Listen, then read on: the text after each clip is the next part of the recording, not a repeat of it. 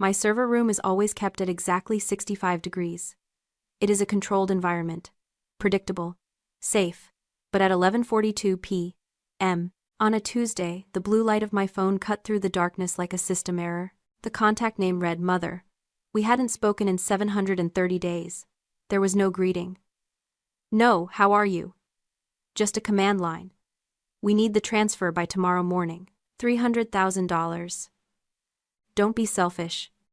I didn't panic. I didn't cry. I just stared at the screen, analyzing the audacity the way I analyze a line of malicious code. Before I tell you what I did next, drop a comment and let me know where you're listening from and what time it is for you right now. I'd love to know who's part of our community. To understand why I didn't delete the message immediately, you have to understand the architecture of my family. We grew up in the shadow of Silicon Valley, where value is determined by perception, not utility. In the operating system of our household, my sister Taylor was the user interface. She was bright, loud, and aesthetically pleasing. She was designed for public consumption. I was the back-end code. I kept the servers running, I fixed the bugs, but I was never meant to be seen.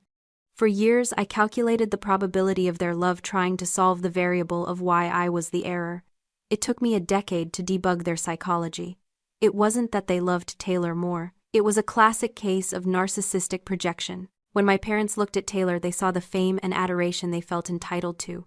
She was a mirror reflecting their vanity. When they looked at me with my grease-stained fingers and late-night coding sessions, they saw the hard work they despised. I was a mirror reflecting their mediocrity. They didn't hate me because I wasn't enough. They hated me because I was too real. The fatal error occurred when I was 18. I had been accepted into an elite condensed coding program at MIT. It was my exit strategy. The tuition was expensive, but the placement rate was 100%. I presented the data to my parents at the dinner table. My father, Daniel, didn't even look up from his phone. He told me that coding was a boy's hobby. He said it was antisocial. Then he used a phrase that would become the core code of my trauma. He said, "Savannah, we don't invest in hobbies. It is bad, ROI. Return on investment." He spoke about my education like it was a failing stock. I accepted the rejection as a logical financial constraint. Until 7 days later, I came home to find the living room filled with photographers and stylists. My mother, Rebecca, was glowing. They were shooting Taylor's modeling portfolio. They had hired a team from Los Angeles. I found the invoice on the counter, $50,000, for headshots. For a 19-year-old whose only talent was looking bored in expensive clothes. When I asked my mother about the budget, she smiled and said, "This isn't spending, Savannah. This is brand building. This is an investment." That was the day my firewall went up. I packed my bag. I didn't cry. I called the only venture capitalist in the family who valued function over form. Aunt Patricia. She didn't offer me a hug or platitudes. She wired the tuition directly to the school the next morning. She called it seed funding. She told me that one day the market would correct itself, and my parents would realize they bet on the wrong asset. She was right.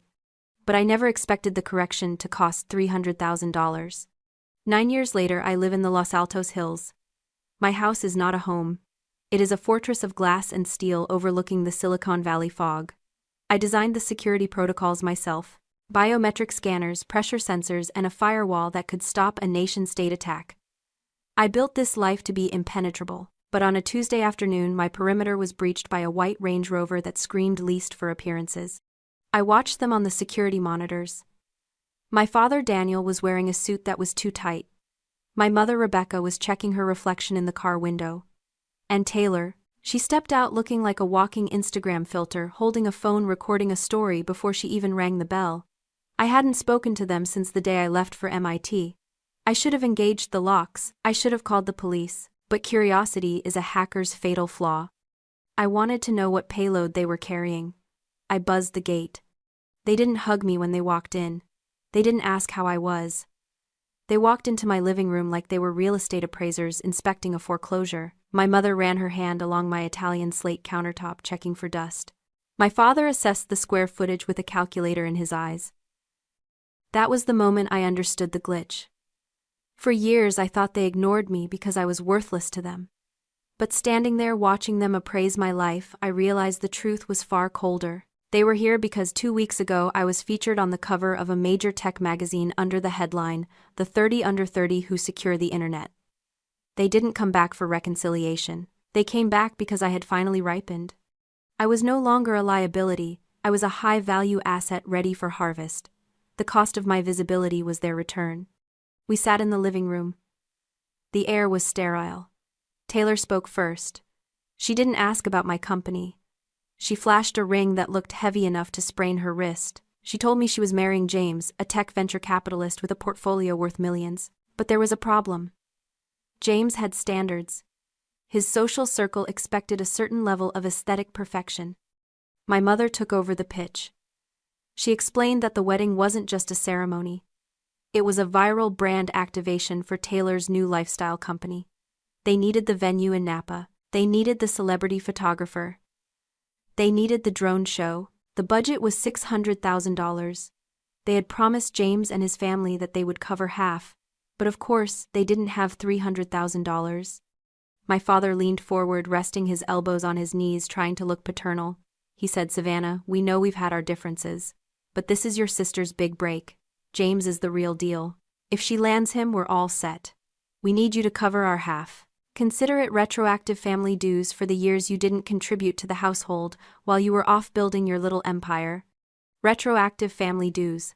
They wanted $300,000 to buy my sister a husband, and they were billing me for the childhood they had neglected. I looked at Taylor. She wasn't even looking at me.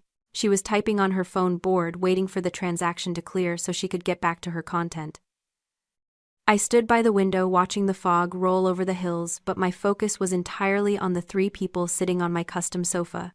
$300,000, I said, my voice flat. For a party. It's not just a party, Taylor snapped, finally looking up from her phone. It's networking. It's brand equity. You wouldn't understand because you don't have a personal brand. You just have computers. My mother, sensing the tension, switched to her favorite tactic, emotional manipulation disguised as maternal concern. "Savannah, darling," she said, her voice dropping to a whisper. "We know we weren't perfect. We know we were hard on you. But we fed you. We clothed you. We gave you a safe home to grow up in." My father chimed in, his tone shifting from paternal to demanding. "Look, we're not asking for a handout. We're asking for family solidarity. You have more money than you know what to do with. You're sitting on a fortune while your sister is trying to build a life. Don't be greedy." Greedy. The word hung in the air like a toxin. I walked over to the coffee table and picked up my tablet. I didn't engage with their guilt. I didn't defend my choices. I engaged the karmic boomerang. I looked my father directly in the eyes, my expression mirroring the indifference he had shown me 9 years ago at the dinner table. "I understand your position," I said calmly. "You want me to invest $300,000 into Taylor's wedding to secure her social standing. But I have to look at the data." I paused, letting the silence stretch until it was uncomfortable. "And the data says this is a high-risk venture with 0 tangible assets. Taylor has no equity, no product, and her brand is entirely speculative." I turned to my mother. "You taught me a very important lesson about financial responsibility, Rebecca. You taught me that resources should only be allocated to ventures with proven returns." I turned back to my father. "So to quote you directly, I don't invest in hobbies. It is bad ROI." The room went silent. The air pressure dropped. Taylor's jaw unhinged. My father's face turned a dangerous shade of purple. My mother looked like I had just slapped her. "What did you just say?" Taylor screeched, standing up so fast she knocked over a vase. "You jealous incel, you robot. You're just mad because no one would ever pay $300,000 to marry you. You're going to die alone with your servers." My father stood up, pointing a shaking finger at me. "You ungrateful little. You will regret this. You think you're untouchable in your glass tower. We made you. And we can break you." I didn't flinch. I tapped a single button on my tablet. "Security," I said into the intercom. "Escort 3 individuals from the premises. They are trespassing." 2 large men in black suits appeared in the doorway within seconds. My family didn't leave quietly. They were screaming threats and insults until the heavy steel door clicked shut, sealing my fortress once again. The silence that followed their departure wasn't peaceful. It was heavy like the air before a storm. I didn't go back to work. Instead, I went into incident response mode. In cybersecurity, when you detect a breach, you don't just patch the hole, you investigate the source. Why were they so desperate? $300,000 was a specific large sum. It wasn't just wedding expenses. It felt like a ransom. The first wave of the attack came 3 hours later. Taylor posted a video on TikTok. She was crying, perfectly lit of course, talking about financial abuse and toxic sisters who hoard wealth while family suffers. She didn't name me, but she tagged my company in the comments. Within minutes, my PR team was pinging me. Clients were calling, asking about the allegations. I didn't respond to the comments. I didn't issue a statement. I treated Taylor's post as a phishing attempt distraction designed to make me react emotionally. Instead, I went deeper. I ran a background check on James, the fiancé. On paper, he was perfect. Tech venture capitalist, Stanford grad, portfolio worth millions. But when I cross-referenced his public filings with my parents' financial activity, I found a discrepancy. James wasn't just rich, he was paranoid. His previous engagement had ended in a messy lawsuit over assets. He was known in the Valley for his ironclad prenups. I dug into the wedding planning forums Taylor frequented. I found a thread from a user matching her handle asking about proof of assets for a marriage contract. The timestamp was 2 months ago. I kept digging. I accessed public records, cross-referencing my parents' names with recent legal filings. Nothing. Then I checked corporate filings. And there it was. A new LLC formed 6 weeks ago. Taylor Made Ventures. The registered agent was my father. But the operating agreement, that was the anomaly. I couldn't access the private document, but the filing fee was paid from an account I recognized. It was an old joint account my parents had used for my college fund, the one they said was empty. Why form an LLC right before a wedding? Why need $300,000 cash immediately? I started mapping the network. James, Taylor, the LLC, the wedding, the money. It was a puzzle, and I was missing one piece. I needed to see the prenup. I needed to know what they had promised him. I sat back in my chair, the glow of 3 monitors illuminating my face. They weren't just greedy. They were terrified. They had promised James something they couldn't deliver, and they needed my money to buy it. This wasn't a family dispute anymore. This was social engineering, and I was about to find the exploit. I went hunting for the zero-day exploit, the vulnerability that had been sitting in my system undetected, waiting to be weaponized. I knew my parents weren't sophisticated enough to hack my company directly. They were social engineers, not coders. They relied on human error. And I realized with a sinking feeling that I was the error. I hadn't changed my personal cloud passwords since college because I never used those accounts. It was a digital storage locker for old family photos and tax returns I'd forgotten about. I logged in. My hands hovered over the keyboard as I saw the recent activity log. A folder had been accessed 3 days ago. Inside was a single PDF file titled Asset Declaration, James, Prenup, PDF. I opened the file. The world around me narrowed down to the pixels on my screen. It was a financial disclosure form for James's lawyers. It listed Taylor's assets. Her checking account, $4,000, her car leased, and then under business interests, there it was. A line item that made my blood run cold. 15% equity ownership in Savannah Tech Solutions. Co-founder status. I scrolled down. Attached to the disclosure was a shareholder agreement. It was dated 5 years ago. It claimed that Taylor had provided the initial angel investment of $50,000 to launch my company, the exact amount they had spent on her modeling portfolio. At the bottom of the page was a signature. It was my name. It looked exactly like my signature. I sat back, the air leaving my lungs. They hadn't just lied about the wedding budget. They had stolen my company. Or at least they were trying to. They had forged a legal document claiming my sister owned a piece of my life's work. They were using my success, my sleepless nights, my blood and sweat as a dowry to buy her a rich husband. Suddenly, the $300,000 made sense. It wasn't for catering or a drone show. It was a capital contribution. James's lawyers must have asked for proof of her ownership, a dividend payment, a distribution, something to show the equity was real. They needed to deposit a large sum into Taylor's account immediately to make it look like a payout from the company. They were asking me to fund my own theft. This wasn't just a family betrayal. This was corporate fraud. It was a federal crime. They were defrauding an investor, James, and falsifying corporate records. If I signed anything, if I gave them a single cent, I would be complicit. They weren't just asking for money, they were asking me to validate a lie that could destroy my entire career. I looked at the timestamp on the document. It was created 6 weeks ago. They had been planning this for months. While I was working, while I was building, they were drafting the architecture of my destruction. I felt a cold, hard clarity settle over me. There would be no more arguments. No more emotional appeals. You don't argue with a virus. You purge it. I printed the document.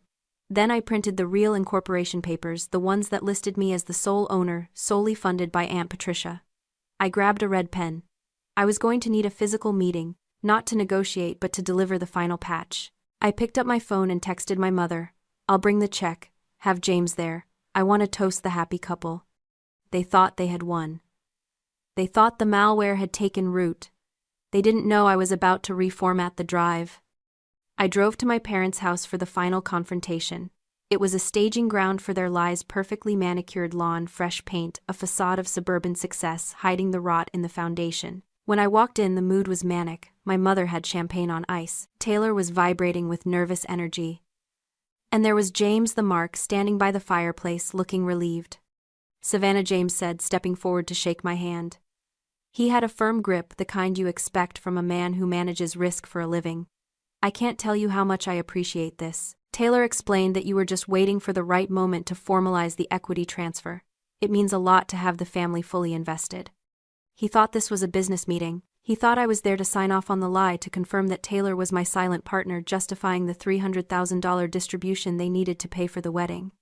"Let's just get the paperwork out of the way," Taylor said, her voice high and tight. She thrust a pen at me.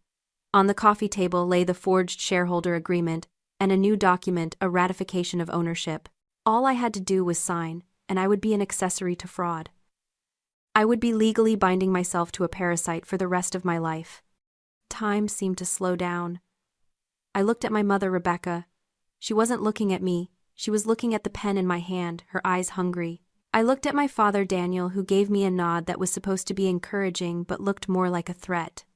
For years I had hesitated to cut them off completely. I had let their calls go to voicemail but never blocked the numbers. I had kept the door slightly ajar because society installs a very specific code in us from birth. Family is everything. Blood is thicker than water. You only get one mother. It's a guilt algorithm designed to keep you compliant. But standing there holding the pen that would sign away my freedom, the code finally broke. I realized that family isn't a DNA match. It's an action. It is safety. It is support. It is mutual respect. What stood before me wasn't family. It was a group of strangers who shared my genetic data and used it to exploit me. Protecting them wasn't nobility. It was self-destruction. To save the system, I had to delete the corrupted files. I had to burn the bridge to stop the enemy from crossing. I capped the pen. "I think there's been a misunderstanding, James," I said. The room went dead silent. "What?" Taylor whispered. I opened my briefcase. I didn't take out a check. I took out a thick stack of stapled documents. I handed the first set to James. "This is the certificate of incorporation for Savannah Tech Solutions, dated 5 years ago," I said, my voice clinical. "You'll notice there is only one shareholder listed, me.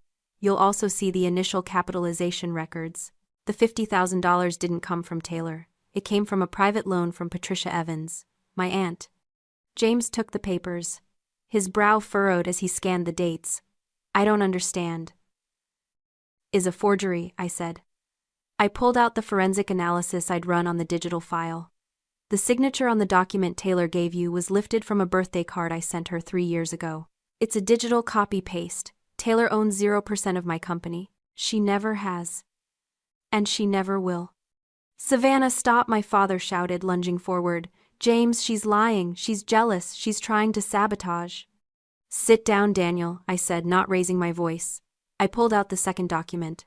"This is a notification I have just filed with the Securities and Exchange Commission regarding attempted corporate fraud and identity theft. And this," I handed a final envelope to my father, "is a cease and desist order from my legal team. If you or Taylor ever claim affiliation with my company again, or if you attempt to solicit funds based on my assets, I will press criminal charges." I turned back to James. He was pale. He was looking at Taylor, who was now sobbing, not with sorrow but with the terrified realization that the game was over. She looked small. She looked like a glitch. "James," I said, "you're a smart investor. You know what due diligence looks like. You were being sold a shell company. I suggest you audit the rest of the relationship before you sign a marriage license. I didn't wait for a response. I didn't wait for the screaming to start. I turned around and walked out the door. I left the champagne on ice. I left the forgery on the table. I walked out into the cool night air, and for the first time in 27 years I didn't feel heavy. I felt empty in the best possible way. The purge was complete. The fallout was rapid and total, a system collapse that I watched from a safe distance. James called off the wedding 48 hours later. He didn't just walk away. He ran. He issued a public statement clarifying that he had no business ties to Taylor-Made Ventures, effectively blacklisting my father in the valley. Taylor's social media empire crumbled. When the truth about the fraud leaked not from me but from James's legal team, her followers turned on her. She went private, deleting her accounts, disappearing into the digital void she used to worship. My parents are facing legal fees that will likely cost them their home. They tried to call me once from a burner phone. I didn't answer. I didn't block the number either. I just let it ring until it stopped. I returned to my fortress in the hills. The silence used to feel lonely, but now it feels like victory. I called Aunt Patricia. We didn't talk about them. We talked about the future. We talked about the new scholarship fund I was launching for girls in coding, girls who were told their dreams were just hobbies. I walked into my server room. The hum of the cooling fans was the only sound. I looked at the racks of blinking lights, the data streams flowing seamlessly, logical and clean. I realized then that I hadn't lost a family. I had simply secured my network. I had identified the threat, isolated it, and removed it. My life is code. It is either 0 or 1, true or false. There is no room for gray areas, and there is no room for people who only love you when you pay for it. I am the architect of my own system now, and it is finally stable. Have you ever had to be the villain in someone else's story just to save your own? Tell me in the comments. And if you believe in choosing your own family, share this video.